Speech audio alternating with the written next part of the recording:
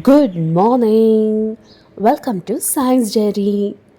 எத்தனை முறை போனாலும் முறை பார்க்குற மாதிரியே ஒரு பிரமிப்பையும் ஒரு ஆச்சரியத்தையும் கொடுக்கக்கூடிய கோவில்களில் தஞ்சை பெரிய கோவிலும் ஒன்று.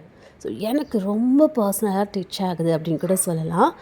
ஒவ்வொரு முறை நான் போகும்போதும் இங்கே இருக்கக்கூடிய ஒவ்வொரு சன்னதியும் பார்க்குற மாதிரி கோபுரத்தை பார்த்து நான் வியந்து போய் நிற்பேன்.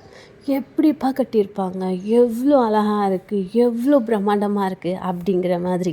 எஸ், இந்த கோவில் இருக்கக்கூடிய ஒவ்வொரு சன்னதியும் ஆதிவாராகியாக இருக்கட்டும், முருகராக இருக்கட்டும், பிள்ளையாராக இருக்கட்டும், அம்பாலாக இருக்கட்டும், அது மட்டும் இல்லாமல் முனிவராக கூட இருக்கட்டும், அண்ட் இங்கே இருக்கக்கூடிய ஈஸ்வரன் நந்தி எல்லாமே எனக்கு வந்துட்டு அவ்வளோ அவ்வளோ பிரம்மாண்டமாக இருக்கும்.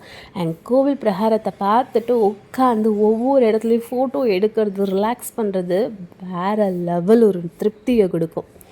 நீங்கள் போயிருந்தீங்கன்னா கண்டிப்பாக இதை நீங்களும் ஃபீல் பண்ணியிருப்பீங்க. ஆமாம், இது நிஜம்தான் அப்படின்ட்டு. அந்த கோவிலில் மேலே போய் துர்க்கை அம்மனை, காலபைரவரை பார்த்துட்டு அப்படியே ஈஸ்வரை பார்க்க நம்ம முன்னாடி போகிறோம் பாருங்கள்.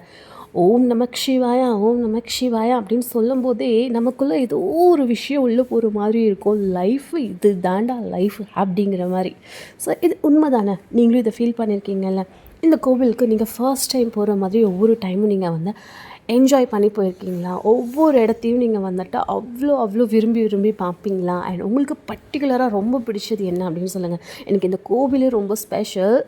நான் ரொம்ப ஒரு இடம் சொல்லணும் அப்படின்னா, எனக்கு இந்த கோபுரத்தில் எந்த பக்கம் நின்று ஃபோட்டோ எடுக்கிறாலும், எந்த பக்கம் நின்று பார்த்தாலுமே வந்துட்டு ஒரு ஆச்சரியத்தையும் ஒரு சந்தோஷத்தையும், நம்ம ஊர் கோவிலில் இவ்வளோ பிரம்மாண்டமாக அப்படிங்கிற மாதிரி தான் இருக்கும். எஸ், ஃபர்ஸ்ட் டைம் போனதுக்கும் இப்போ நான் போகிறதுக்கும் எனக்கு எந்த வித்தியாசமும் இல்லை. அதே ஆச்சரியம், அதே சந்தோஷம் ஒவ்வொரு முறையும். இன்னொரு டைம் எனக்கு இந்த கோவிலுக்கு வரத்துக்கு வாய்ப்பு கொடுங்களேன் கடவுளே அப்படின்னு சொல்லிட்டு தான் வர மாதிரி இருக்குது. அவ்வளோ பிடிச்சிருக்கு. ஏன் பிடிச்சிருக்கு அப்படின்னு கேட்டிங்கன்னா எனக்கு பதில் தெரியல. ஆனால் சந்தோஷத்தை கொடுக்குது அப்படிங்கிறத மட்டும் தெரியுது. எவ்வளோ ஃபோட்டோஸ் எடுத்தாலுமே எனக்கு பத்தவே இல்லை அப்படின்னு சொல்லலாம். அவ்வளோ அழகான கோவில், அவ்வளோ மன திருப்தியான கோவில் அப்படின்னு தான் சொல்லணும். உள்ளே போகக்கூடிய அந்த ஈஸ்வரனை, சிவனை பார்க்குறதுல வேறு லெவல் சந்தோஷம். கொஞ்சம் கொஞ்சமாக வந்துட்டு அப்படியே அந்த கூட்டம் நகர்ந்து கடைசியாக சிவன்கிட்ட கூட்டிகிட்டு போய் அந்த பிரம்மாண்ட சிவத்தை பார்க்கும் போதே வந்து பார்த்திங்கன்னா மனசு அவ்வளோ திருப்தியாக இருக்கும். ஓம் நமக் சிவாயா. நெக்ஸ்ட் இன்ட்ரெஸ்டிங்கான வீடியோவை பார்க்கலாமா?